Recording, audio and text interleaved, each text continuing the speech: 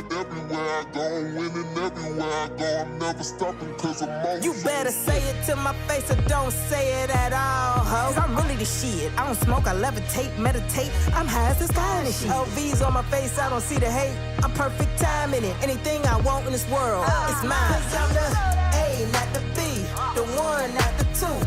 And when I'm in the city, I show them how I do. Everywhere I go, I'm winning. Everywhere I go, I'm winning. Everywhere I go, I'm never stopping, cause I'm always on go. Left, right with it, side to side with it. If you get money every day, they hands high with it. Everywhere I go, I'm winning. Everywhere I go, I'm winning. Everywhere I go, I'm never stopping, cause I'm always on go. I'm blood in the ring, I'm always winning. Got so much money, I'm always spending. Baby girl, you know that niggas ain't broke. You know he ain't winning, he hate. I grind 24-48. You can see it all on my face. Perfect timing it. Anything I want in this world, it's mine. Cause I'm the A, not the B, the one, not the two. And when I'm in the city, I show them how I do. Everywhere I go, I'm winning. Everywhere I go, I'm winning. Everywhere I go, I'm never stopping, cause I'm always on go. Left, right with it, side to side with it. If you get money every day, they hands high with it. Everywhere I go, I'm winning. Everywhere I go, I'm winning. Everywhere I go, I'm never stopping, cause I'm always on go. You know what time it is? Go ahead, back it up, drop it down, do that real nice. You the baddest bitch in here, top tier, go ahead, live your life. Getting money, hair done, nails did, you ain't gotta ask twice. Yeah, that's fucking right, cause you the A, not the B, the one, not the two. And when you in the city, tell them what you do. Everywhere I go, I'm winning. Everywhere I go, I'm winning. Everywhere I go, I'm never stopping, cause I'm always on go. Left, right with it, side to side with it. If you get money every day, they hands high with it. Everywhere I go, I'm winning. Everywhere I go, I'm winning. Everywhere I go, I'm never stopping, cause I'm always on go.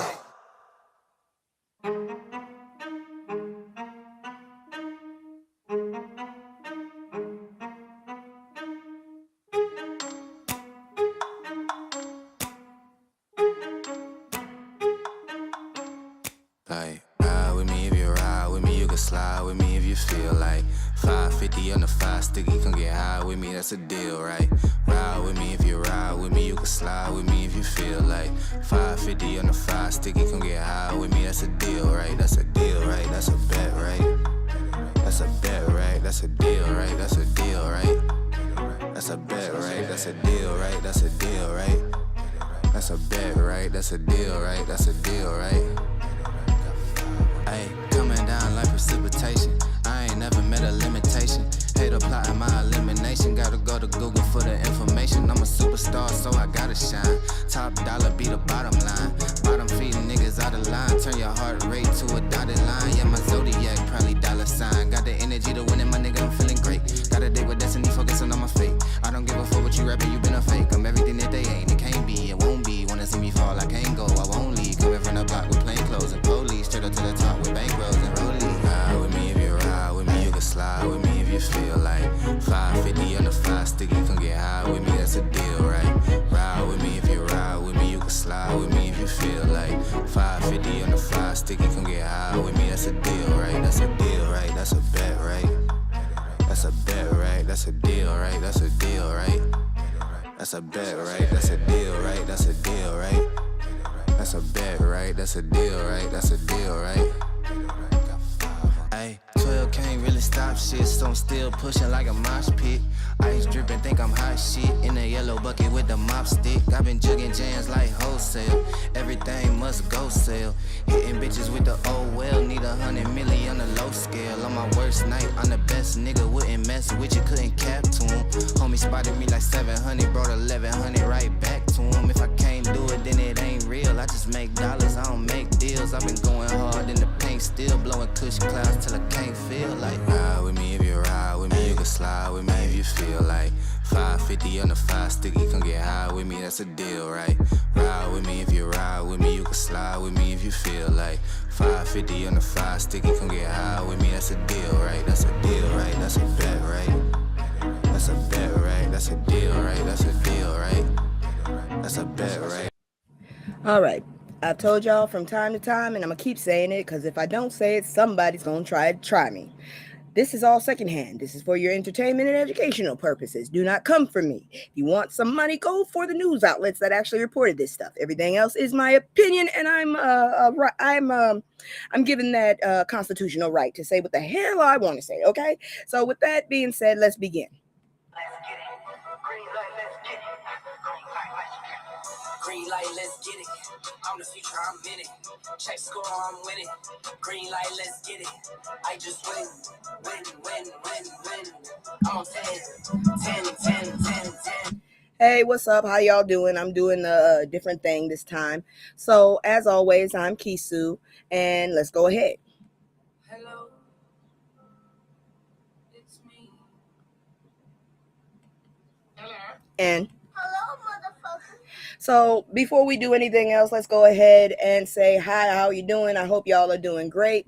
I'm trying to get on with life. Please remember to be nice to yourselves, because seriously, I'm in my selfish era now. I spent like 45 years or maybe 42 years being everybody else's peacekeeper. So today I have now announced my selfish age. So don't come for me unless you really need help. That's all I'm gonna say. So anyways, let's go ahead and look at this news, because we gonna get through it. It's not gonna be long. Check this out. So Muni Long received a double lung transplant after being told she had a week to live. That is amazing that she was able to get that done so quickly. So Grammy-winning singer Muni Long just revealed something that nobody saw coming. And this story will make you grateful for every single breath. Mooney shared that while she was on Brandy and Monica's "The Boy Is Mine" tour last year, she got pneumonia on top of her ongoing battle with lupus. Instead of resting, she kept pushing herself to perform. Sis was trying to power through, but her body had already waved the white flag. After heading home for Thanksgiving, she woke up in the hospital surrounded by doctors. Then came the news that stopped everything. She was told she had 1 week to live. Her response, "That's rude." Honestly, if humor is how you cope, I get it. Doctors had told her she had two choices: go into hospice or get double lung transplant. At first, she worried about losing the very thing that made her career, her voice. But then she thought about her young son. As Mooney put it, "I can't sing if I'm not here." And that's the realest thing she could have said. She chose the transplant, and now 6 months later, she says she's doing fabulous. She's infection-free, feeling stronger, and even says her voice may be better than before. She's continuing her recovery while looking forward to getting back to performing. So really, sometimes we celebrate celebrities for the music they make, but this time, let's celebrate Muni Long for choosing life. And if you're dealing with lupus or any chronic illness, please don't ignore what your body is trying to tell you. Your health is worth more than any job, tour, or paycheck. For real, for real. And I really do hope that she's okay, because that's not good. So let's get to the next story. Well, actually, before we get into that, because I got two updates as always. First things first, if you like what I'm doing, great. If you don't like what I'm doing and you have maybe a suggestion, hit me up in the comments. Otherwise, please like, share, subscribe, and hit me up, because I really would like to make this a community. Otherwise, if you have the time for the smoke, I got the time to give it to you, for real. I will not say your name, but I will give you the smoke. Anyways, let's go ahead and see my commercial, and I'll be back with the bullshit. It's just me and the fam. It's just me and the fam. It's just me and the fam. It's just me and the. It's just me and the fam. Yeah. It's just me and the fam. See my little Tay, that's my girl, that's my mascot. No one's go for hours and some hours till we pass out. Stay inside the house, turned up with the racks out. Stay inside the house, turned. Oh shit, I forgot. Give me a second. I forgot. Here we go. It's an update. Yeah, here it is. God dang it. All right, here it is. So Karmelo Anthony's appeal just got a powerhouse legal team. I'm so glad, because apparently the people that was doing it the first time were not doing it right. Well, the Karmelo Anthony case isn't over, not by a long shot. Less than 24 hours after being convicted of first-degree murder, Kason Allison. That's all I'm going to say. Kason Allison. 10 years. And sentenced to 35 years in prison. Another Anthony filed his appeal, and now he's got a brand new legal dream team stepping in to handle it for free. The sixth lawyer team includes a former prosecutor, attorneys from the Innocence Project of Texas, the Texas NAACP, Ben Crump Law, hell yeah, and other experienced appellate lawyers. Their job isn't to retry the case. Instead, they're going, this sounds like a goddamn Marvel comic goddamn team up. Instead, they're going to comb through the trial record, looking for legal mistakes that could affect the conviction or sentence. Now, here's something important, because social media gets this wrong all the time. An appeal does not mean Karmelo Anthony gets a new trial. An appellate court isn't deciding whether he's innocent or guilty all over again. They're looking at whether legal errors happened during the trial that were serious enough to change the outcome. Until a court says otherwise, his conviction and 35-year sentence remain in place. Kason Allison, 10 years. This case has sparked national debate from the very beginning, with arguments over self-defense, jury selection, race, and how the trial was handled. Now, those issues are expected to become the focus of the appeal. We'll keep watching to see what happens. Appeals can take months and sometimes even years before there's a final decision. So this boy might, maybe we'll get him to 10 years, and by the time that happens, maybe he'll be ready to come out right then and there. I hope so, because this shit is crazy. Let me do that again, because sometimes people don't realize. I need y'all to subscribe, please. All right, going on. We got another update. Give me a second so I can get it. Let's see here now. I'm going to bring it down so y'all can see me, because seriously, we got another update, and I'm just like, fuck. Here we go.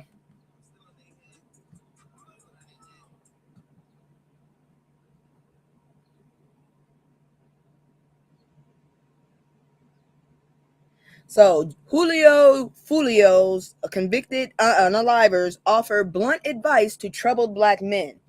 Now, this is a heartbreaking one, because by the time they learned the lesson, it was already too late. The four men convicted of unaliving Jacksonville rapper Julio Fulio, why would you name yourself that, have officially been sentenced to life in prison without the possibility of parole. Before the judge handed down the life sentences, each man was given a chance to speak. Surprisingly, they weren't talking tough anymore. One of them looked directly at young people and said, "It ain't worth it." He talked about gang beef, rap feuds, dissing on social media, and chasing street credibility. Then he described what prison is really like: cold, lonely, and empty, saying that eventually almost everybody disappears except maybe your mother and one true friend. Another defendant told the younger generation to change their lives and do something productive, because ending up where they are isn't worth it. It was a complete change in tone from the violence that landed them behind bars forever. Now, here's the sad part. Those words might have saved somebody else's life, but they couldn't save their own future, and they definitely couldn't bring Julio Fulio back. Sometimes the loudest message doesn't come from a rapper, an influencer, or a motivational speaker. Sometimes it comes from somebody sitting in a courtroom wearing handcuffs, realizing they'll never see freedom again. Man, street beefs might get likes online, but it can also get people buried or locked up for life. And once that sentence is handed down, there are no do-overs. And I'll be for real, I've had chances of coming back home to Roxbury and seeing people that I grew up with getting celebrated for the last time because they're about to go in. Then they stole his damn dog. I'm just saying, that shit is really fucked up. I grew up in the ghetto, kinda, but I was not allowed to participate. Thank God for that, because I don't think I could have handled that. Now, moving on, we got some different news, so let's check that out, because this is a little sad. She's 11 months from possible parole. Crystal Clark fears she won't survive to see it. If she's in Texas, she might not. So Crystal Clark, a 42-year-old woman incarcerated at Michigan's only women's prison, says she's just 11 months away from possible parole, but she's afraid she won't live long enough to make it out. Clark has spent the last 15 years at the facility. She says she's been begging for medical help since 2011 because she believes she's been exposed to black mold inside the prison. According to Clark, she suffered breathing problems, severe pain, rashes, swelling, hearing issues, and now relies on a walker to get around. That is fucked up. She says an outside allergy specialist determined she's highly allergic to mold and recommended she not remain in that environment. The Michigan Department of Corrections says it cannot discuss Clark's medical case because of privacy laws, HIPAA, and continues to deny there's a widespread mold problem at the prison. Well, if she's not the only one, maybe we should check out how many complaints there are. Her story is receiving renewed attention after 3 women died within the month. God dang it. At the same correctional facility, raising more questions about health care and living conditions for incarcerated women. Lawmakers, advocates, and families are now calling for a greater oversight and accountability. No matter how anyone feels about someone's conviction, one thing remains true. People in custody are still entitled to basic medical care and humane living conditions. That's not about politics, it's about human rights. If Clark's allegations are true, that's a serious issue that deserves a full investigation. And if they're not, the public deserves clear answers backed by evidence. Man, they better get that damn woman out. That's ridiculous. That is also disgusting. I'm so sick of these people doing that shit. Moving on, though. Released but not free. One black woman described the emotional toll after 9 months in the ICE detention. Lord, I hope people sue. I really do, because these motherfuckers are ridiculous. I told you, we're going to get out of this dark stuff real fast soon. People think the day you walk out of prison is the day your life starts all over. For one black woman, that's not how it happened. In a powerful essay published by The Root, she explains that while prison bars may be behind her, the emotional weight of incarceration followed her home.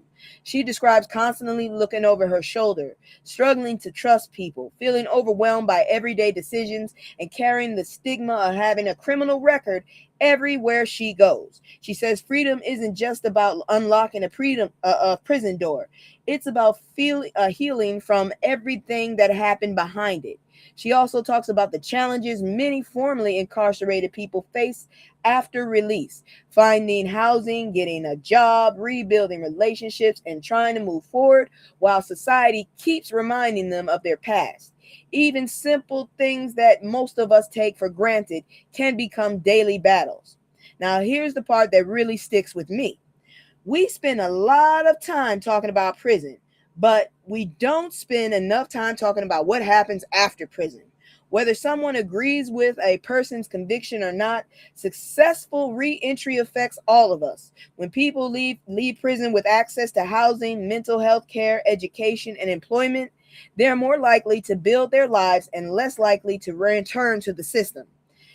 Man, walking out of prison may end a sentence, but for many people, the emotional recovery is just beginning.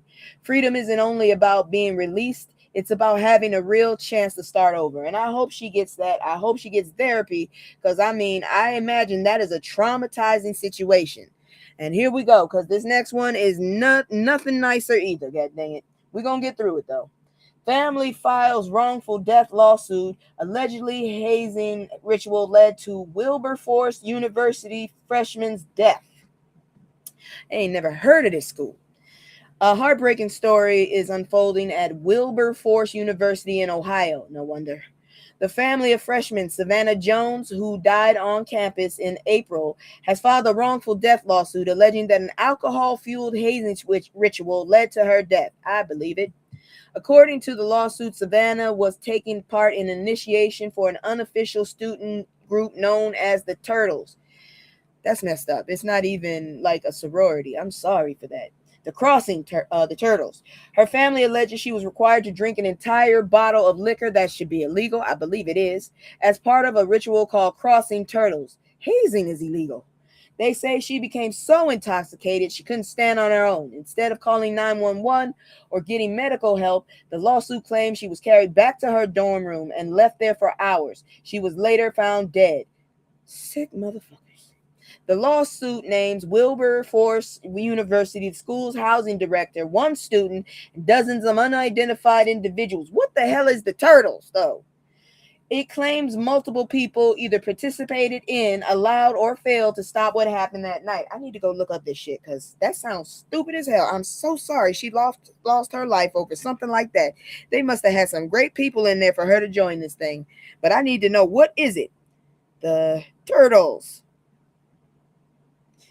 Okay, Turtles. I don't know, like social group? What the fuck? Social group, maybe. Because I'm trying to figure out why did she do it? Like, I mean, what is so great about these people? Let's see here now. The Ancient and Honorable Order of the Turtles, or the Turtle Club, is an informal, semi-secret global social fraternity, originating during World War II as a way of pilots to blow off steam and build camaraderie. It survives today as a fun-loving community with no formal dues or bylaws. So what the fuck happened then? Shit. Still sounds weird. Now, it's important to remember these allegations are in a civil lawsuit. The case has not been decided, and no court has ruled on claims. Meanwhile, the Greene County Sheriff's Office says its investigation is ongoing, and once it's complete, prosecutors will decide whether criminal charges are appropriate. Wilberforce University has said it is reviewing the allegation, but has not publicly responded to the lawsuit. Now, here's my takeaway.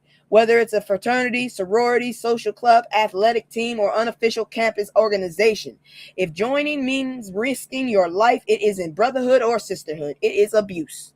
No family should send their child to college expecting a degree and end up planning a funeral. That is disgusting. And whoever that damn group is, whoever's in charge of that fucking group, needs their ass whooped. That's all I'm going to say. And now it's time for I don't know, because I don't know what the hell this is. Here we go. What the hell? Oh my God, no way, yeah, y'all see that? Trump official says taking Greenland means endless Red Lobster shrimp. Nobody is trying to go to Red Lobster right now. Shit, I just found out it wasn't an upscale restaurant a few years ago. Everybody look at me stupid. I doubt so, because I ain't never been to it. I've been to Jack's, I've been to Crab Shack, but I ain't never been here. Y'all, I have officially entered my I don't even know anymore era.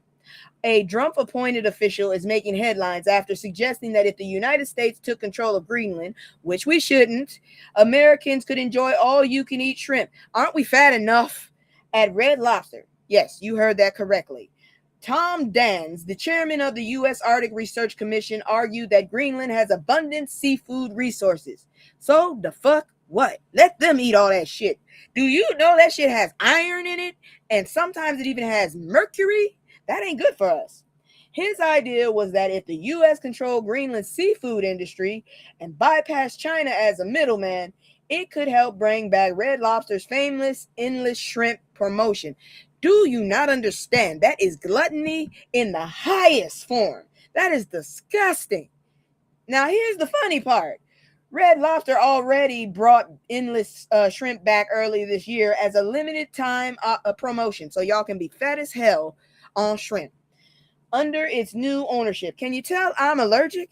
So nobody had to annex an island to make that happen. The broader discussion about Greenland has centered on a national security, shipping routes, and national resources. But this seafood argument definitely caught everyone's attention online.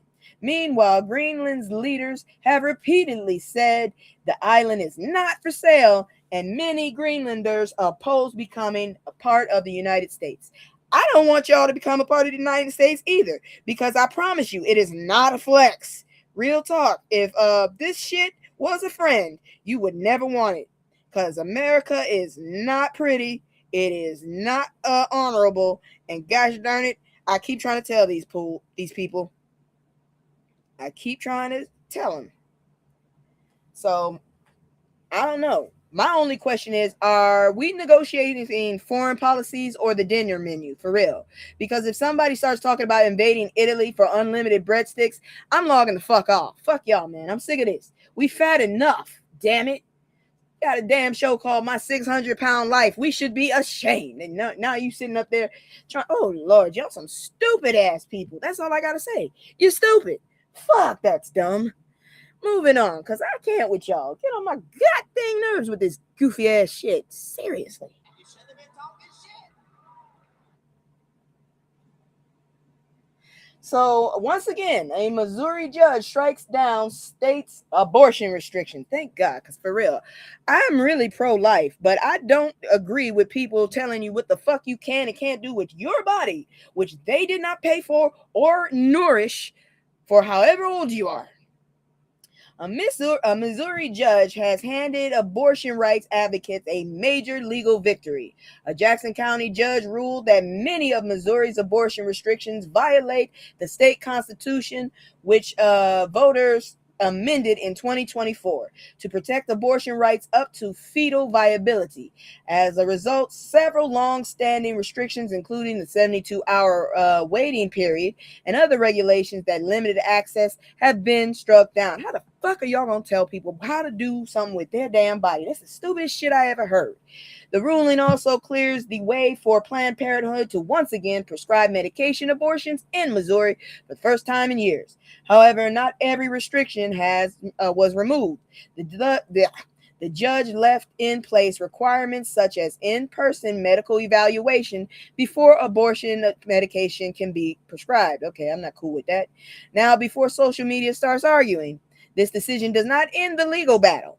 Missouri's Attorney General has already announced plans to appeal the ruling, and lawmakers are also backing a 2026 ballot measure that could ask voters to roll back the constitutional protections allowed in 2024.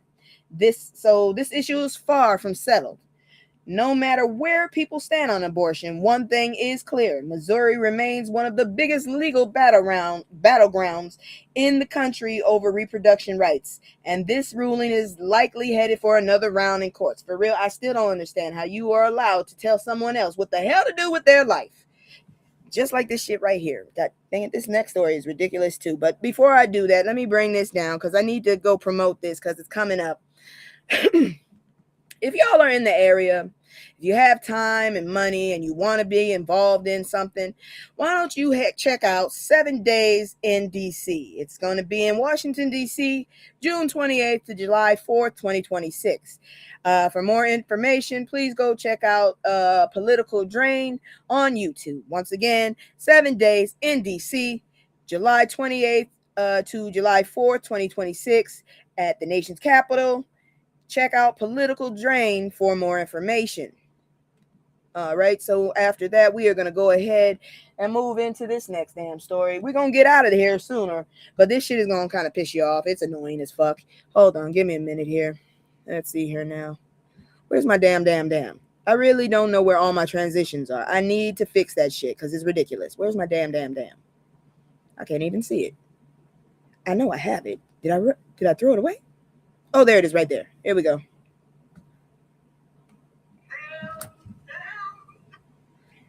After serving out his long prison sentence, one Alabama man is finally found innocent.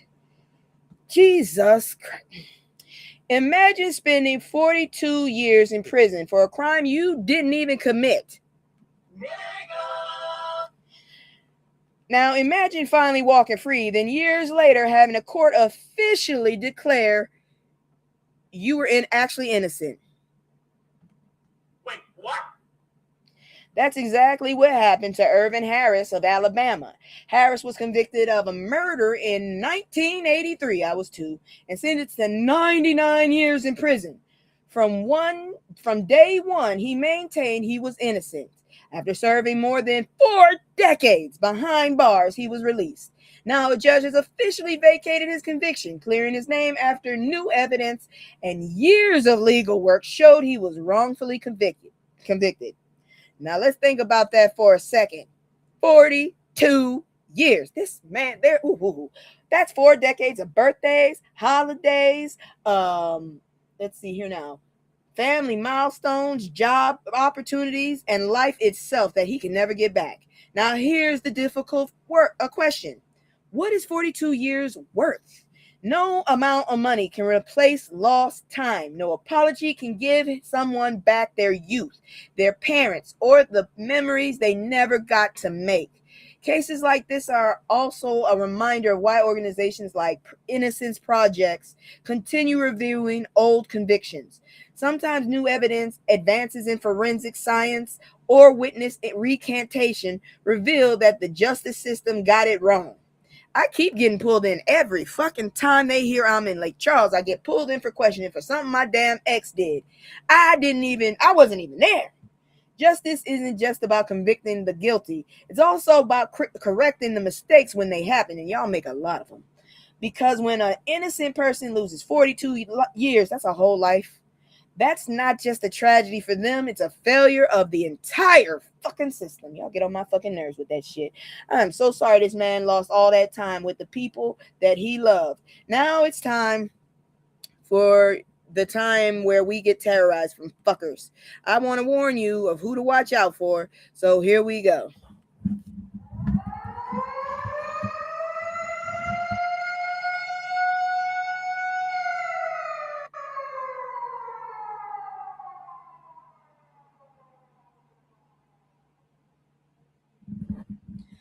100-year sentence in Texas case signals authoritarian threat to black protest. This next story isn't just about one case, y'all. Some legal experts say it's about what could happen to future protests across America. 8 people involved in the 2025 attack on Prairie Land ICE Detention Center in Texas have now been sentenced to 30 to 100 years in federal prison. That is the stupidest shit I ever heard. The longest sentence, 100 years, went to Benjamin Sung, who was convicted of attempting to unalive a police officer after an officer was pew-pewed during the incident. The others received decades-long sentences on charges that included rioting and providing material supported for terrorism. I hope they look this all the way through. I need the to come check this shit out. The Innocence Project. Now here's where, give me a second. Now here's where the debate begins. Civil rights attorneys and legal scholars quoted by The Root argued these sentences are extraordinarily severe and worried that they could discourage people from exercising their First Amendment right to protest. Maybe they're trying to get Texas changed into a country where all these racist fucks can go and stay there and and if you're stupid enough to go in there and want to serve them, maybe that's what it is. Maybe they're just trying to make their own fucking country by scaring the fuck out of good people. I don't know. They say the government's use of terrorism-related charges and evidence that included encrypted messages, books, and political literature raised concerns about how future demonstrations could be investigated and prosecuted. These dumbass fuckers. I hate this country. On the other hand, federal prosecutors argued this was not simply a peaceful protest. They say the demonstration escalated into vandalism, fireworks thrown at the detention center, and gunfire that wounded a police officer. Did he die? But did he die? From the Justice Department's perspective, these were violent crimes. You do realize the Department of Justice is basically as corrupt as as fucking criminals in jail that were actually guilty of the shit, right? Not protected political speech. So here's the bottom line. Peaceful protest is protected. Violence is not. The legal fight now centers on whether these sentences and the use of terrorism laws in this case set a precedent that could affect future demonstrations. Appeals are already expected, so this story is far from fucking over. Good grief. Let's move on because I need you to know about these fuckers here. There's 130 of these motherfuckers, and you keep wondering how these assholes are voting so horrible. They're playing 3D fucking chess. They're putting all these fucking racist bigots into places of fucking government, like Hot Wheels in fucking Texas. You know who the hell I'm talking about. Here's a story that's not getting nearly enough attention. According to a new report highlighted by The Root, more than 130 candidates who have questioned or denied the legitimacy of past U.S. elections are now running for office that oversee future elections. They're already starting this shit. I hope we don't have another Trump in the fucking office. I'm leaving. I promise you, I'm leaving. And even seats in Congress. Jobs that can influence elections, administration, certification, and voting policies. Why do we fucking have these people? Can we please bar them from this shit? They shouldn't be allowed in these fucking offices. They're delusional. Organizations tracking these races say that concern isn't about political party alone. Their argument is that people who have publicly rejected certified election results are now seeking positions that help manage the election process itself. Do you not see a setup when you see it? States United Action says it is lacking election denying candidates across. It is tracking election denying candidates across multiple states ahead of the 2026 midterm. Reporters of these candidates, however, argue they're simply fighting for stronger election security, greater transparency, and increased voter confidence. Critics responded that many of the fraud claims surrounding the 2020 election were repeatedly investigated by courts and elected officials without evidence of widespread fraud that would have changed the outcome. Matter of fact, I need to call City Hall because I just sent a picture of me signing the fucking paper that said I am still a resident here so I can vote. So here's the takeaway though. Whether you're Republican, Democrat, Independent, or you don't vote at all, you better not tell me. Who runs elections matters. Secretaries of states, attorney generals, governors, local elections officials, and members of Congress all play roles in how elections are conducted, certified, and defended. This is one of those stories where the real headline isn't about one candidate. It's about who's applying to become the referee, and that is fucking terrifying. Jesus Christ. Anyways, moving on. We ain't done because this one is the stupidest shit I ever heard. And this motherfucker needs to get sued. Police detained black teen for clutching his own pants, so we can't even touch our clothes. What the fuck? How you do that? At this point, being black. Oh, what the fuck happened? Something popped up. At this point, being black while existing is apparently enough to raise suspicions. A 16-year-old black teen named Jeremiah Spearman says he was simply walking home in Battle Creek, Michigan, with his hands in his pants because it was cold outside. Then police officers pulled up, ordered him to stop, and eventually placed him in handcuffs. But why? Why? According to officers' reports, Jeremiah was clutching his pants, and based on the officers' training and experience, which probably is not enough, that behavior suggested he might be hiding a gun. The might is the fucking reason you don't approach the motherfucker. The officer also claimed Jeremiah's clothing and behavior raised suspicion. So the man can't wear clothes? Jeremiah had a much simpler explanation. He said it was below 60 degrees. His hands were in his pants to stay warm, and the only thing he had on him was a legal pocket knife, which Michigan law allows someone his age to carry. Officers searched him, found no illegal weapon, and released him without filing any charges. Let me check this shit because I'm always nervous. You never know. You might be sitting up there talking and nobody can hear a damn thing you say. Anyways, officers searched him, found no illegal weapon, and released him without filing any charges. Somebody need to sue them. Now, his mother says this wasn't an isolated incident. She believes her son was racially profiled and is seeking legal representation. Thank God. The city's mayor has acknowledged concerns after reviewing the footage, while the police chief has defended the stop as being consistent with department policy. No, it ain't, because that's fucking ridiculous. The man was minding his business, just existing. A community oversight board is expected to review the case. Personally, if simply walking home while holding your pants can lead you to handcuffs, that's going to leave a lot of young people wondering whether they're being judged by their actions or how they look, or by the way they look. The investigation is ongoing, and the community will now be watching to see what accountability, if any, comes from it. That's all I got to say. They're always fucking terrorizing us, and I'm tired of this shit. Now, here goes one of my subscribers' favorite. We're going to get down from here and jump up on stupid games and stupid fucking prizes. I don't want the second, I want this. I'm only minus when I'm alright. I've been moving like a hot mess. All right, you dirty bastards. Look what this man is doing. Ha ha, you rich fucks. You wanted to keep us in the damn cold.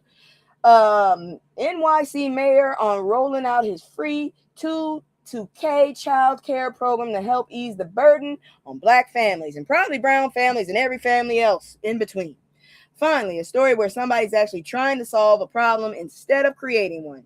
New York City Mayor Zohran Mamdani says he's rolling out the first phase of free 2K child care, giving families with 2-year-olds access to free full-day child care in selected neighborhoods this fall. The program will launch with 2,000 seats and is designated to eventually expand citywide over the next several years. This man is very good at keeping his money right. Why does this matter? Because child care costs have absolutely become ridiculous. For many families, child care can cost as much as rent or even more. Some parents have had to quit jobs, delay careers, or work opposite shifts just to avoid paying thousands of dollars a month for daycare. The new program is backed by more than $1.2 billion in the state's child care funding, with officials saying the goal is to make quality child care available regardless of a family's income, zip code, or immigration status. Now, I know what some people are thinking. Who's paying for all of this? That's going to be the debate. Supporters say affordable child care helps parents get back into the workforce and strengthen the economy. Critics question the long-term cost and whether the program can be sustained. I'd like to see, and if so, can we move it to other states, please? But here's what we do know. When parents don't have to choose between raising their children and earning a paycheck, that's a conversation worth having. Sometimes government spends money fixing problems after they happen. This is an example of trying to prevent one before it starts. And real talk, nobody played stupid. They just actually played good, smart moves. And I promise you there's going to be some haters somewhere trying to say, why?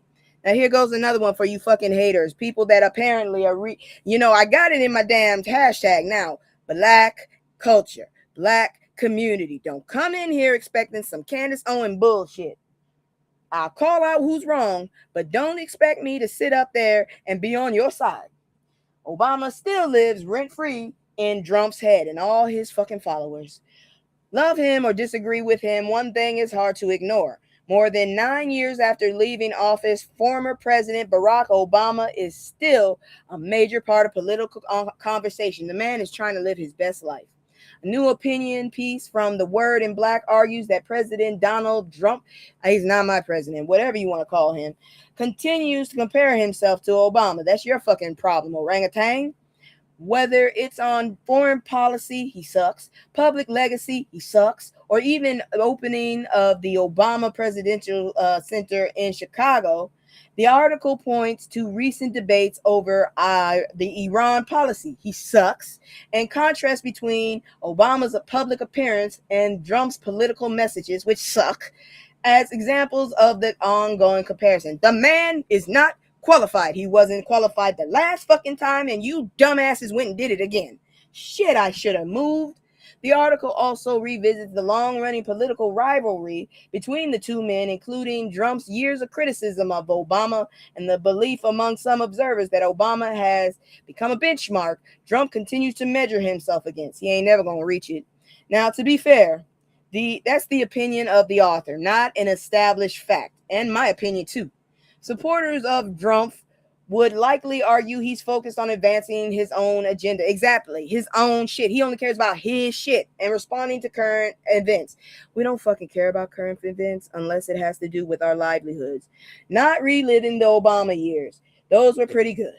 Meanwhile, critics say Trump's repeated references to Obama suggest the former president still occupies an outsized place in his political messaging because he's petty and he's weak and he's fucking small and he's an ugly ass naked orangutan. That's all I got to say. Whether you agree with the article or not, it's rare for a president who left office nearly a decade ago to remain such a central figure in today's political debates. That says something about the lasting impact of Barack Obama's presidency and about how political legacies continue to shape the conversation we're having. Let's not forget he had 2 consecutive presidencies, okay? 2! You jackass, you'll never catch it because you're done. And motherfuckers apparently are idiots because they voted your ass back. Moving on. Judge orders halt to SNAP's ban on sugary foods. How dare you try to police somebody's food? Are we in Russia? Well, this one just took the Soviet Union.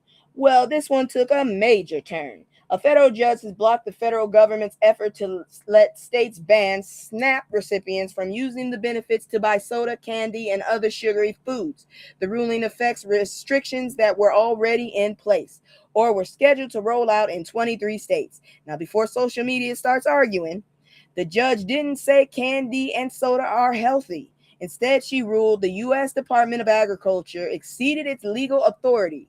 Her decision says Congress, not a federal agency, gets to decide what foods what counts as food under the SNAP program, because a lot of that shit that's on the program is not food.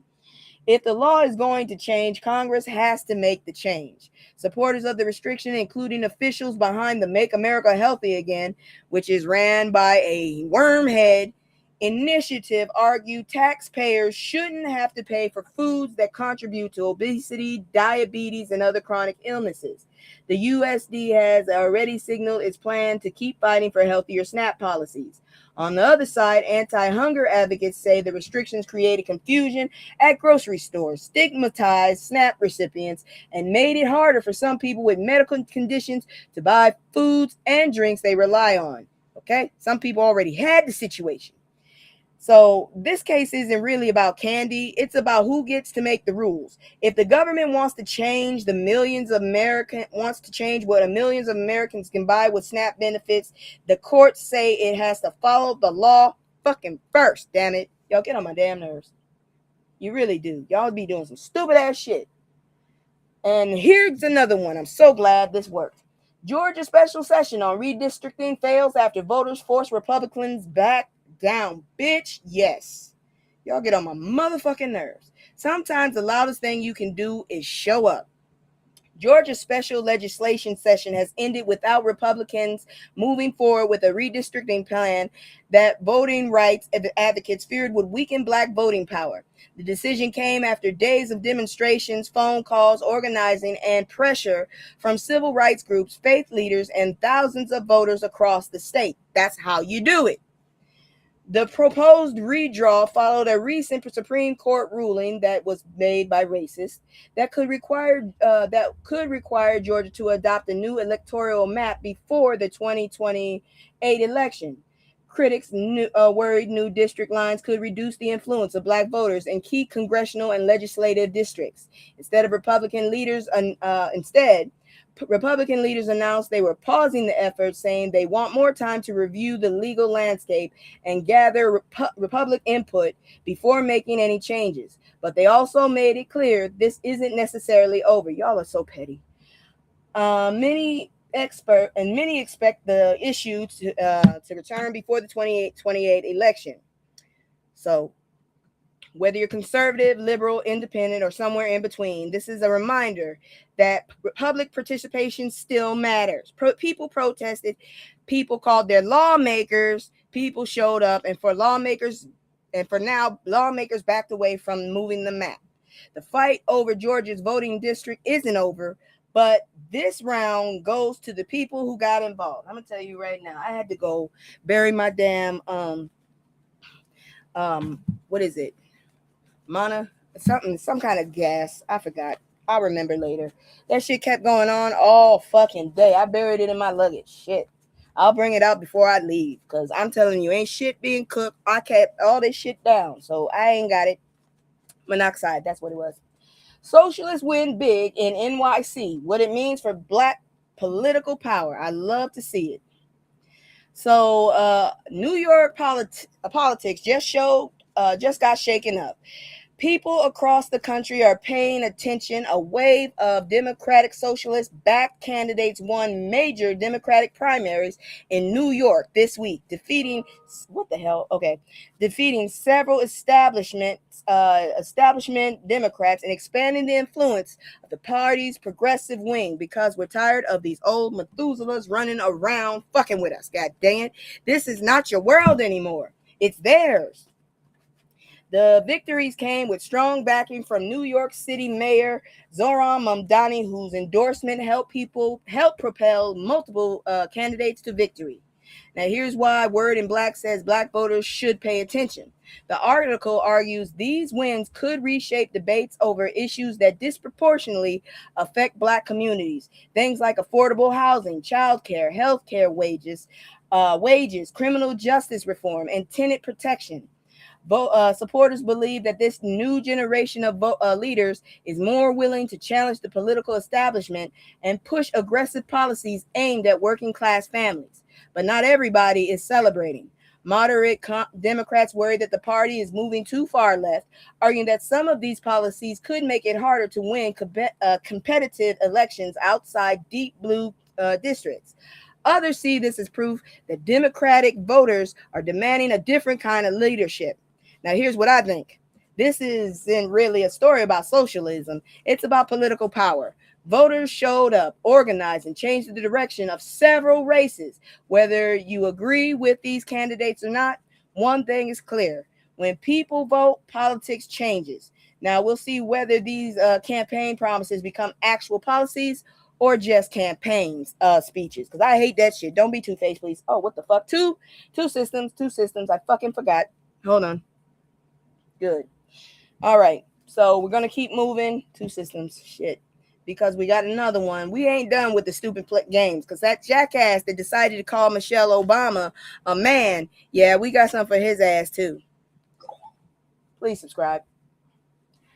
So, hold on. Let me make it big so y'all can see it. Y'all need to see this shit. So watch. Men of all races rally in support of Michelle Obama after UFC fighter's offensive comment. Well, that backfired real quick after UFC fighter Josh Hockett, don't care if I said it right, made insulting comments about Michelle Obama. Men from all races flooded social media, not to join in, but to defend the former First Lady. Thousands of users called the remarks disrespectful, unnecessary, and beneath the level of public discourse. What made this story stand out wasn't just the criticism. It was who was speaking up. Black men, white men, Latino men, Asian men, veterans, athletes, conservatives, liberals, you name it. Across social media, many said Michelle Obama has carried herself with dignity for decades and didn't deserve to be dragged in another round of personal attacks. Now, everybody's entitled to their own opinion, but here's the lesson. If you're going to throw a cheap shot at someone who spent years building a reputation for grace, don't be surprised when people from every corner say, nah, we're not doing that. Because you don't have to agree with someone's politics to recognize basic respect. You really don't. And these people are disrespectful as hell. Personal insults might get clicks for a day, but character has a way of outlasting controversy. Sometimes the internet actually gets it right. They actually got it right, and I'm so happy for that shit. And let's move on, because I'm glad this woman is fighting back. Two systems. So, mother sues school district after son is targeted by racist harassment. See? And then y'all motherfuckers call us heathens. Make it fucking make sense, please. Here's another reminder that actions have consequences. A Michigan mother has filed a lawsuit against her son's school district, alleging officials failed to protect him after he endured months of racist bullying from classmates. According to the lawsuit, students repeatedly called him racial slurs, mocked him because he was Black, and subjected him to ongoing harassment that his family says the school knew about but failed to stop. The family claims they reported the incident multiple times, but the bullying continued. The lawsuit argues that the district failed to provide a safe learning environment and allowing the harassment to escalate instead of taking meaningful action. They're now seeking damages and accountability from the school system. The school district has denied wrongdoing and says it takes reports of discrimination seriously. As with any civil lawsuit, these are allegations, and the case will ultimately be decided in court. I hope you're not in Texas. Where the hell are they? I don't think they said, but I hope she's not in fucking Texas. It's horrible. Oh no, okay, it's in New York, so she might have a chance. Schools love saying they have zero tolerance for bullying, but if families have to hire lawyers before something changes, was there really zero tolerance? Children are supposed to be worried about homework, recess, and passing their classes, not wondering whether they'll be targeted because of the color of their skin. I got targeted because of the size of my vocabulary. If the allegations are true, then somebody didn't just fail this young man, they failed to do one job every school has. Keep children safe, you motherfuckers. I wonder why they didn't move him to a more black. I mean, how many? What is what are the stats of the schools? What I'm trying to say. Because I'm just saying. Okay, let's move on. Because y'all know I've been hearing about it. I asked about it. The shit that they've been doing in China and here. So, sorry, I cut that down. I need to bring it back up. Sorry. Shit. Sorry. We're about to go look at this story. I don't know why I brought it down. So, why Asian-owned stores are losing their customers to black businesses? Because we need to funnel that money where it belonged in the first fucking place. We actually need to take our own accountability and go back to where the fucking shit came from, our communities. For decades, many black consumers bought hair products, wigs, braiding hair, and beauty supplies from Asian-owned beauty supply stores. But according to a new report from The Root, more black-owned beauty businesses are opening their doors and customers are following. The article highlights businesses like Bee's Nail in Atlanta, where black customers say they're choosing to spend their money with owners who understand their culture, products, and experiences. Many customers interviewed said they appreciate feeling welcome, respected, and seeing their dollars circulate within the black community. Now, this isn't a story about every Asian business. Plenty of Asian-owned beauty stores have built loyal customer base over the years, and many black customers continue to shop there. Instead, this story is about competition. Black entrepreneurs are creating businesses that customers want to support, and consumers are exercising the power every shopper has, the power to choose where their money goes. So really, I mean, respect your customers, know your customers, and invest in your damn customers. Because if you don't, someone else will. That's how business works. And as more black-owned beauty supply stores, nail salons, and hair brands continue to grow, customers now have more choices than ever before. I need more restaurants, motherfucker, because I'm saying I need some more restaurant food. You ain't even got to cook the cuisine. Just get me some more restaurants, please, so I have choices. I know somebody can make pizza, because I done did it from scratch when I was a teenager. I hated that shit. When family figure out you can do some shit, they will not leave your ass alone. I'm just saying. That's it for playing stupid games and winning stupid prizes. I'm just saying. So now we're gonna go ahead and do some history. But before I do that, once again, let me go ahead and promo this again. If you're in the area or you have the money, cancel that, and you have the money to go check out 7 Days in DC. It is June 28th to July 4th this year at the nation's capital. If you want to get involved, go check out Political Drain on YouTube. He has all the information you need. I'm just trying to help and get it into another area. All right, so I'm gonna do my commercial, and when I come back, we're gonna listen to Malcolm X. It's just me and the fam. It's just me and the fam. It's just me and the fam. It's just me and the fam. Yeah. It's just me and the fam. See my little tay, that's my girl, that's my mascot. Little ones go for hours and some hours till we pass out. Stay inside the house, turned up with the racks out. Stay inside the house, turn. For 8 weeks in Los Angeles, 14 so-called Negroes sat on trial, charged by the police with assault, charged by the police with intent to commit murder. You haven't read anything about it in the paper. You haven't seen anything about it, heard anything about it from these blue-eyed white so-called liberals. They quieted it down. They hushed it up. And none of the Negro leaders opened up their mouths during the trial. They were silent while they had a rally of 35,000 Negroes in one of those things, Wrigley Field in Los Angeles. Well, the all-white jury was in session. And not one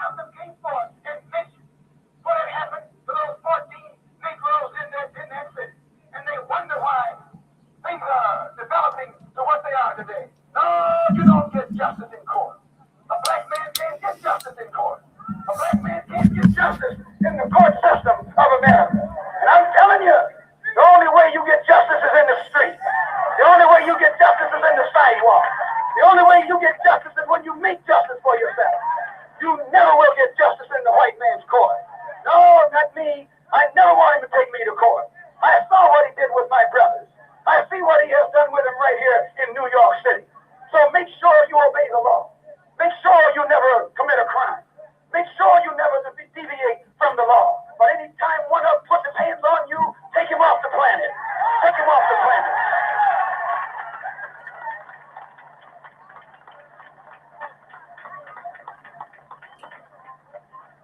Sir? Yes. They're going to have a funeral in Harlem. Make sure they have a funeral downtown, too. 2 funerals at the same time. We want peace. We want justice. We want respect. We want to carry ourselves with dignity. But we don't want to walk around here in a police state giving people the right to think that they can take our life or break our limb or bust our head. And that's all that's going to happen from it. So I'm telling you, don't you ever expect justice in America. No, I'll tell you that if the man locked me up in the morning, don't expect any justice. And when our brothers, Rikers Island, city prison, filled with Negroes who become Muslims, want to stop drinking, want to stop smoking, want to pull the needle out of their arm. You think that blue-eyed thing out there will help them? No. He puts them in solitary confinement because they want to be Muslim. I'm telling you what Mayor Wagner does and what Governor Rockefeller does. That they're a race of devils. And I pray that God will strike them. Yes, I pray that God will strike them. Put death in their families, death on their relatives, and death on their friends. I pray that God will bring that on them.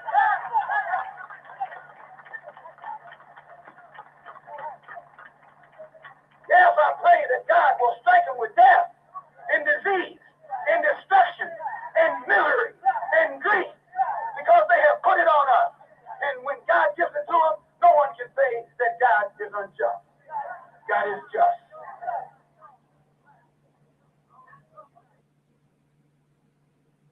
All right, so that was Courts in America. I might do another one next time if I have the time.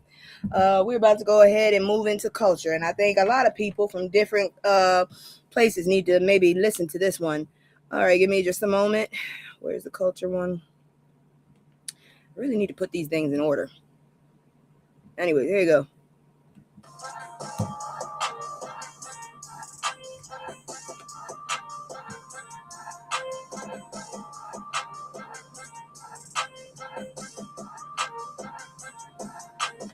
So, how Dr. Rosa Clemente's online seminar confronts anti-Blackness in Puerto Rican and Latino communities.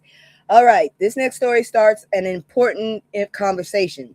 Dr. Rosa Clemente, an Afro-Puerto Rican scholar, journalist, and activist, is leading a 5-week online seminar called The Black Puerto Rican Radical Tradition, Disrupting Anti-Blackness and Canceling Latin Dad. Damn. The goal isn't to divide people, it's to confront the anti-Black attitudes that many Afro-Latinos say they've experienced within Latino communities for generations. I'm not Afro-Latina, but I get tired when they mistake me for the shit. I don't want to be in those fights. You got a race fight, that ain't got shit to do with me. My family speaks Portuguese. According to Dr. Clemente, simply talking about Black identity isn't enough. She says many participants come to the seminar carrying years of unanswered questions about race, family, identity, and discrimination. Together, they explore Black Puerto Rican history, political organizing, and the ways anti-Blackness can show up in families, schools, workplaces, and everyday life.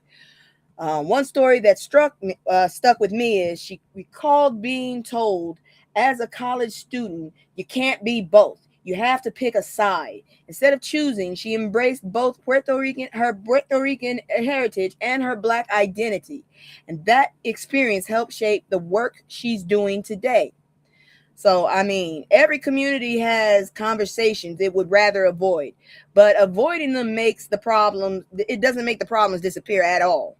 Whether it's anti-blackness or colorism, I had that in my family, or discrimination of any kind, healing starts with honest conversations, even when they're uncomfortable, because you can't fix what you're unwilling to acknowledge. Seriously, you can't do that shit. It's not right.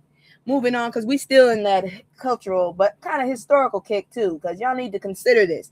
I bet y'all wasn't considering what the fuck you're doing to your future. So privileges and freedoms black young folks will never experience.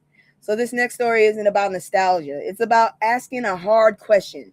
What happens when an entire generation grows up without opportunities previous generations fought to create? In a new opinion piece, The Root argues that many black young people are coming of age during a time of DEI rollbacks, book bans, attacks on black history, and fewer culturally affirming spaces. The article suggests that some of the freedoms and experiences older generations fought to secure may not be accessible to today's youth. The piece points to changes in education, workplace diversity programs, and the shrinking visibility of black-centered stories in media. The concern isn't about policies, it's about what those changes could mean for the next generation's understanding of their history, identity, and opportunities. Now, not everyone agrees with that perspective. Supporters of these policies argue they're creating equal standards and reducing government involvement in the issues of race. That's a damn lie. Critics argue that changes erase important parts of American history and make it harder to address long-standing inequities. Here's the takeaway, though. Every generation has responsibilities to ask one question. Are we leaving our children with more opportunities or fewer? It looks like we're leaving them with fewer. Because progress isn't just measured by what we achieve today. It's measured by what the next generation still has access to tomorrow. Because seriously, this is some fucked up shit. I'm telling you, maybe they just need to make their own country. That's all I'm saying. Make your own fucking country and stay the hell away from the rest of us. Okay, that's not what I wanted to do. I'm gonna put that back. I'm trying to bring this down because we're about to go ahead and get into a give them flowers one. So it's supposed to be a better one. So let's go ahead and do that. I got some flowers to give and I'm happy to do it. Give me just a second. I also have a fashion show, but if nobody says anything, I'm not going to do it because I don't really like being here doing extra stuff that nobody wants. So I'm just letting y'all know where it is. There it is. Oh, that's the wrong one. Sorry, that's the wrong one. Here you go. This is it.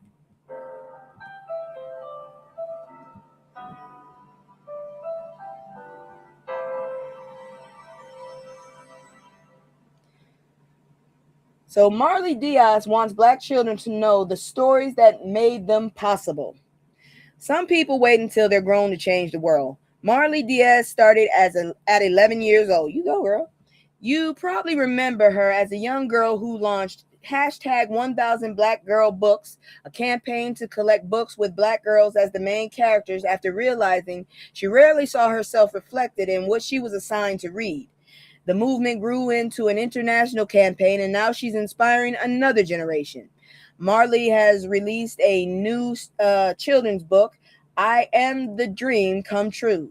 Co-written with her parents, the book traces her family roots in Jamaica and Cape Verde. Oh, cool. I'm half Cape Verdean.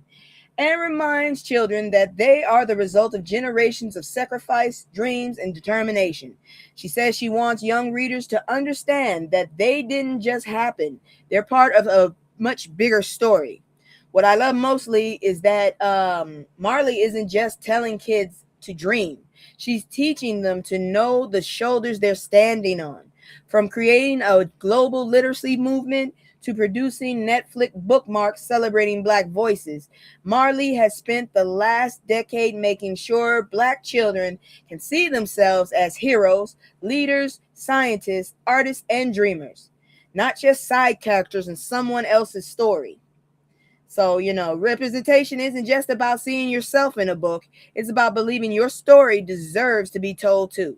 So today we're giving Marley Diaz her flowers for proving that you're never too young to make history and never too young to inspire the next generation. I mean, moving on, because we got one about healing. I wasn't sure about this story because it kept talking about moons and stuff. I'm not into astrology like that.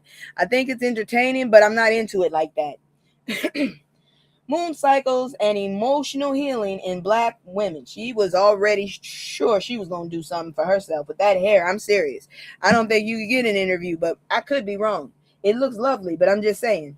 Sometimes giving flowers isn't about one person. It's about celebrating a choice. A new article from Atlanta Daily World encourages Black women to slow down and pay attention to their emotional well-being by reflecting on rhythms of the moon. The piece suggests using the lunar cycle as not a magic or a guarantee of change, but as a reminder to pause, reflect, process emotions, and make time for healing.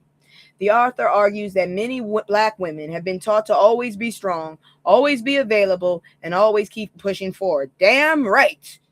But constantly carrying the weight of everyone else's expectations can leave very little room to process grief, disappointment, joy, or rest. That's why I love to dissociate. I don't want to be here. Instead, she encourages, I just don't want to be here at this time. Don't go it to another level, because I promise people jump.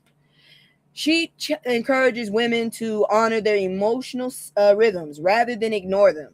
Now, whether you believe in moon cycles or not, the bigger message is one almost everybody can agree on. Healing requires intention. Taking time to check on your mental, emotional, and spiritual well-being isn't weakness, it's self-care. So today, we're giving flowers to every Black woman who's choosing peace over pressure, healing over hustle, and learning that it's okay to pour back into herself after spending so much time pouring into everyone else. Damn right. It needs to be a selfish era for some of us.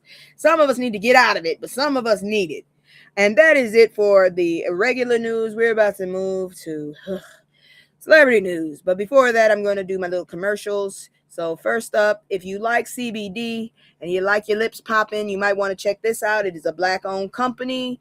It's called CBD Honey Lips. You can find her on Instagram, Twitch, and Threads.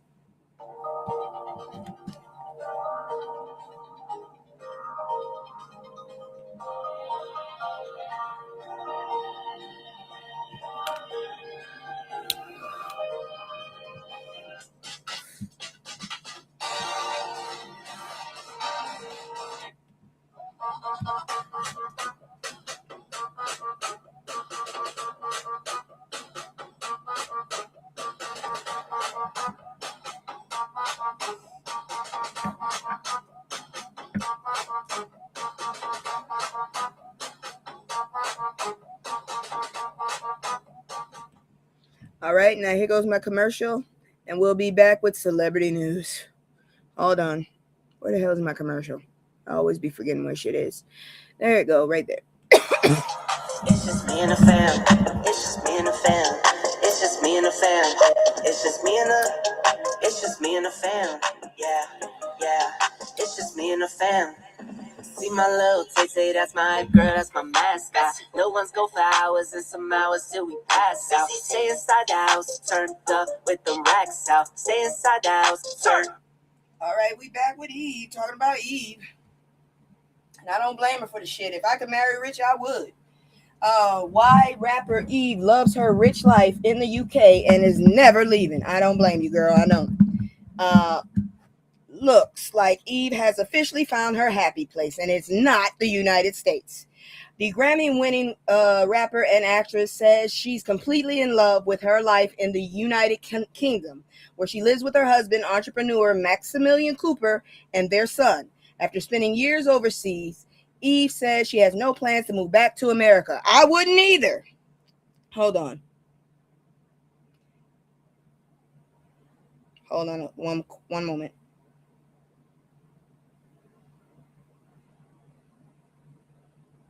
All right. Let's see here now. According to Eve, life in the UK gives her something she values more than fame, privacy. She says she can walk around with her family every day, enjoy everyday life, and raise her son without constantly being recognized or followed. It's a slower pace, and she says that lifestyle has brought her peace. Now, she made it clear She still loves the United States. I don't know why. She still comes back to work, visit friends, and stay connected to her career. But when it's time to go home, home is London. Man, I can't blame her. Shit, I ain't got nothing to say. Success isn't always about making more money. Sometimes it's about finding more peace. And if you've worked hard enough to choose where and how you want to live, that's a blessing a lot of people hope to achieve. So shout out to Eve for building a life that works for her on her terms, for real. Cause shit, I don't know what else to tell you. Shit. Here we go. I hope I get this one right. Ain't nobody got time for Nope, that. didn't get to do it right. Didn't do it right. Shit. Here we go. I'm trying to do lighter shit because I told you the news was heavy in the beginning. Celebrity news. So LeBron James says daughter Zuri, Father Day card brought him to tears. That is beautiful. Now this is the side of LeBron James we don't get to see enough. The NBA superstar recently shared that his 11-year-old daughter Zuri, I hope I'm saying that right, surprised him with a handmade Father's Day card after he returned home. He said she simply handed it to him, wished him a happy Father's Day, and walked away. Then he opened it, and the tears started to flow. LeBron said the card hit him so hard because as a father, some people forget that, you never truly know whether you're making the impact you hope you are. In his Instagram post, he wrote that he couldn't hold it back and that instant tears ran down his face. He also reflected on growing up without his own father and said he promised himself long ago that he would never repeat the cycle with his children. LeBron has often said that despite all the championships, MVP awards, and records, being a dad is his greatest accomplishment. And with Bronny in the NBA, Bryce in college basketball, and Zuri thriving in volleyball, it's clear he's just as proud of the family he's built as he is of his basketball legacy. I'm glad for him. So, trophies collect dust, records get broken. But hearing your child tell you, you're a great dad, that's the kind of win that lasts forever. Shout out to LeBron for reminding us that sometimes the biggest victory doesn't happen on the court. They happen at home. For real, because sometimes that's all you need. Now, Wiz Khalifa, I ain't heard about him in a minute. He's in the news. Don't know why. Oh, here we go. Wiz Khalifa's advice to his teenage son. That's a teenager? That is a very tiny teenager. Teenagers are smart. Wait, no, that was in 23. Never mind. That kid is older. He's probably bigger. I was about to say, that is the tiniest teenager I had never seen. So anyways, Wiz Khalifa's advice to his teenage son sparks online debate about handling conflict. Sometimes the toughest thing a parent can say is walk away. Rapper Wiz Khalifa is going viral after a live stream captured a phone call with his 13-year-old son, Sebastian Thomas with a Z, who told him another kid wanted to fight him at the mall. Instead of telling his son to handle it, Wiz gave him some very different advice. He told Bash, "Don't get into no fight. De-escalate the situation, and if you have to protect yourself." But if you have to, protect yourself, but don't put yourself in a situation where you know something like that is going to go down. I'm going to tell you real talk. I got told to fight. I don't like fighting, but this is nice to hear. The clip quickly went viral. Some people praised Wiz for teaching his son maturity, self-control, and there's nothing weak about avoiding unnecessary conflict.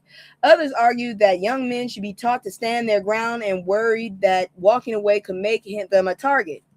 Man, I don't know. Wiz didn't tell his son to be a punching bag. He told him, don't throw the first punch. Don't go looking for trouble. And if you have to defend yourself, then defend yourself. Yeah, that's what I was told, basically. That's a lesson a whole lot of parents, celebrity or not, can probably agree with. Because the best fight is often the one you never have to fight, for real. Because sometimes you can end up in jail. Sometimes. Well, that is it for celebrity news. I'm going to go ahead and get y'all up on health news in just a moment. Give me just a second so I can set it up. We are ready. Let's go. Michael Jackson and the evolution of vitiligo awareness. I ain't gonna lie. I think my grandma had it because she was kind of about a warm cinnamon kind of color. But like I saw one day she had opened her leg and I looked down at the same time and I saw on her thigh she had like a really white spot. It looked like two white spots. One was bigger than the other. And I was like, okay. So apparently that's vitiligo. I believe that as soon as I heard about it. Anyways, this week marks World Vitiligo Day. Why is it day when it says week? Whatever. And whether people realized it or not, Michael Jackson helped bring the condition into the global spotlight. June 25th was chosen to honor his legacy. That's my ex's birthday. And raise awareness for the millions of people living with vitiligo. Vitiligo is a chronic autoimmune disease that causes the body's immune system to attack the cells that produce skin pigment, leaving white patches on the skin. It's not contagious.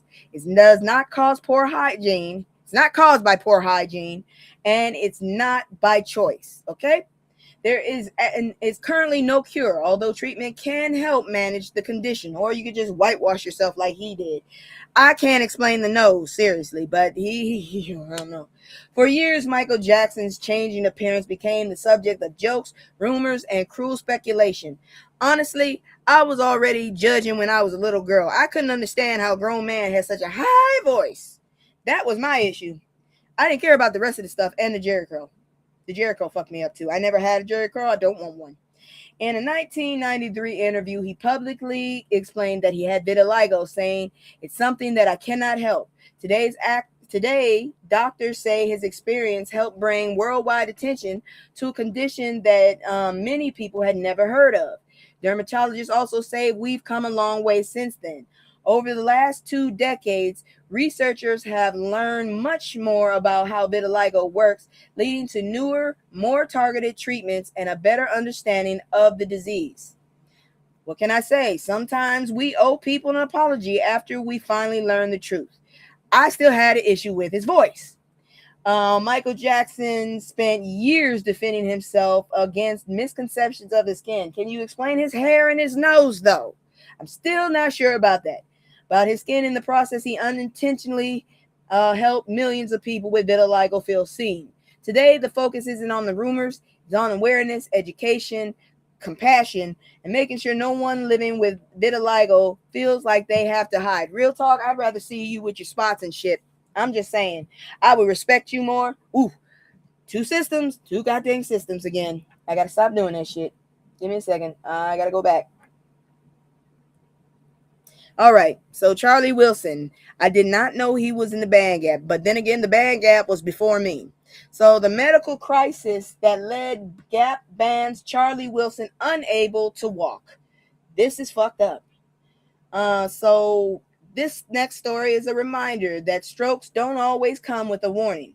Legendary Gap band frontman Charlie Wilson has revealed that he suffered multiple strokes last year that left him unable to walk and temporarily unable to perform. The 73-year-old said he needs to sit his ass down, retire, and go see his kids or his grandkids. That is too old to be touring.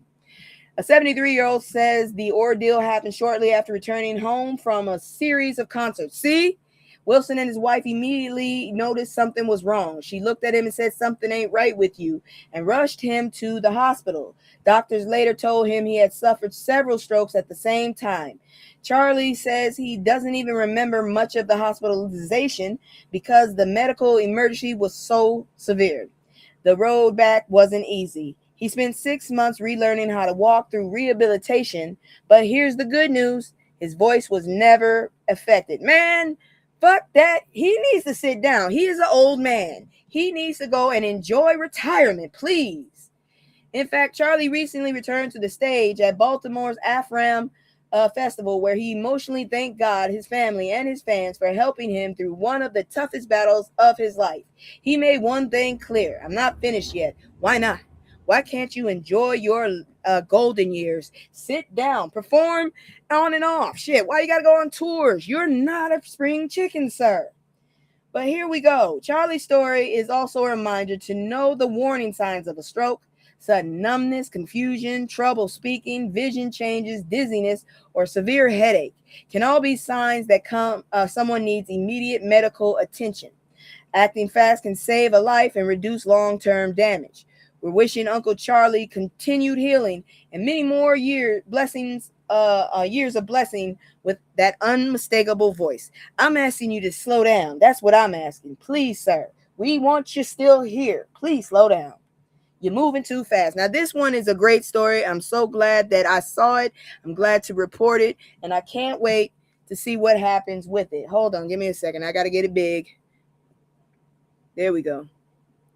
Inside the breakthrough that cured a Black Louisiana man's sickle cell. Hallelujah.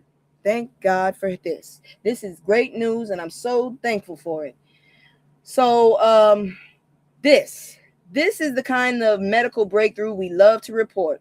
Daniel Cressy, a 23-year-old Louisiana man, has become the first person in the Gulf Coast region to be functionally cured of sickle cell disease through a groundbreaking gene editing treatment. For someone who has battled the disease since infancy, it's nothing short of life-changing. Let me tell you how it works. Doctors collected Daniel's own stem cells and used CRISPR gene editing technology to correct the genetic defect that causes sickle cell disease. And if you don't understand, the cells, they bend to look like sickles, which causes problems with the flow in the bloodstream. Let's see here now. After chemotherapy removed the diseased cells from his bone marrow, the corrected cells were infused back into his body, allowing him to produce healthy red blood cells. The treatment took nearly 2 years and required weeks of recovery, but today his disease is no longer active. And here's the part that hit me.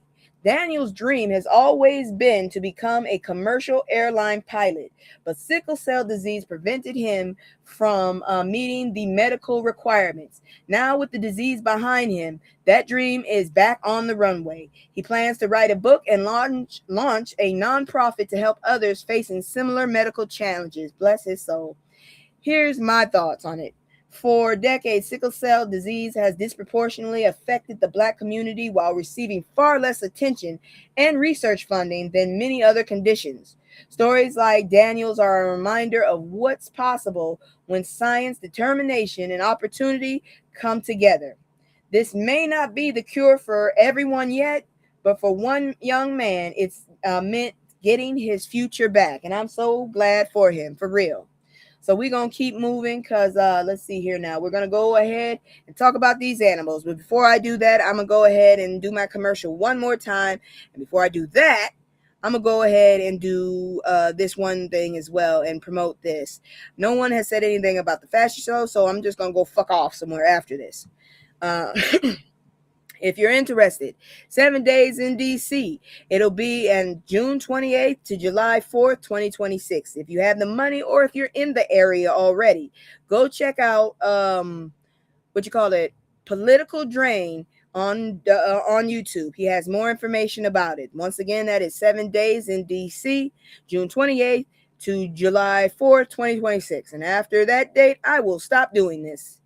Moving on, I'm gonna do my commercial and we will be back with animals up to some shit. Cause this one, I don't believe it. It's just me and the fam. It's just me and the fam. It's just me and the fam. It's just me and the fam. Yeah. It's just me and the fam. See my little titty, that's my girl, that's my mascot. Little ones go for hours and some hours till we pass out. Stay inside the house, turned up with the racks out. Stay inside the house, turn.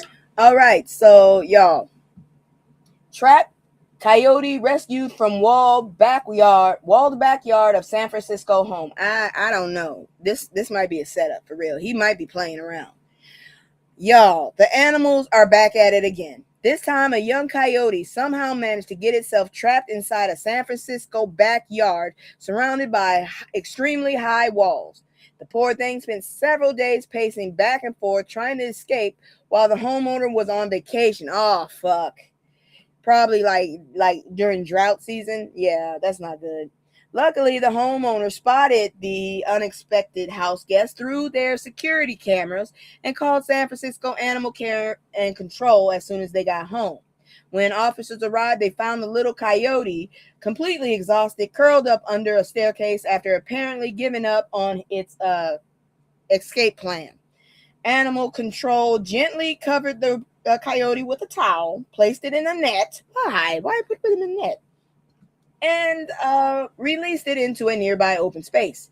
After a little encouragement, the young escape artist finally got up and trotted back into the wild, probably with a story nobody in his coyote family is going to believe. Now, here's what I think. I don't know what the coyotes have planned. I don't know. But between the bears, the alligators, the emus, and now backyard breaking and entering coyotes, I'm starting to think they're holding meetings when we're asleep. I believe that with my heart of hearts, okay? Stay safe out there because animals are scheming to take over. I believe it. I believe it with my heart of hearts. And that's it. Nobody said yay or nay to the fashion show. I've said it 3 times now, so that means I guess y'all don't want to do it. So, like I said, I was going to get y'all out of here early. I'm getting better with it because I'm fighting my damn script writer. So I just want to say thank y'all for coming. I hope you enjoyed yourself. I hope it educated you. And I'll see y'all on Sunday. Well, I'll see you on Friday if you want to watch grown folk shit. But if not, I'll see you on Sunday. Where the hell is my goodbye? I should probably put it down here. I really got to get my shit together. Anyways, thank you and good night. I can't stay. No, I always got to go. Laying house to stay home with my soul on the road. I can't stay. No, I always got to go. Laying house to stay home with my soul on the road.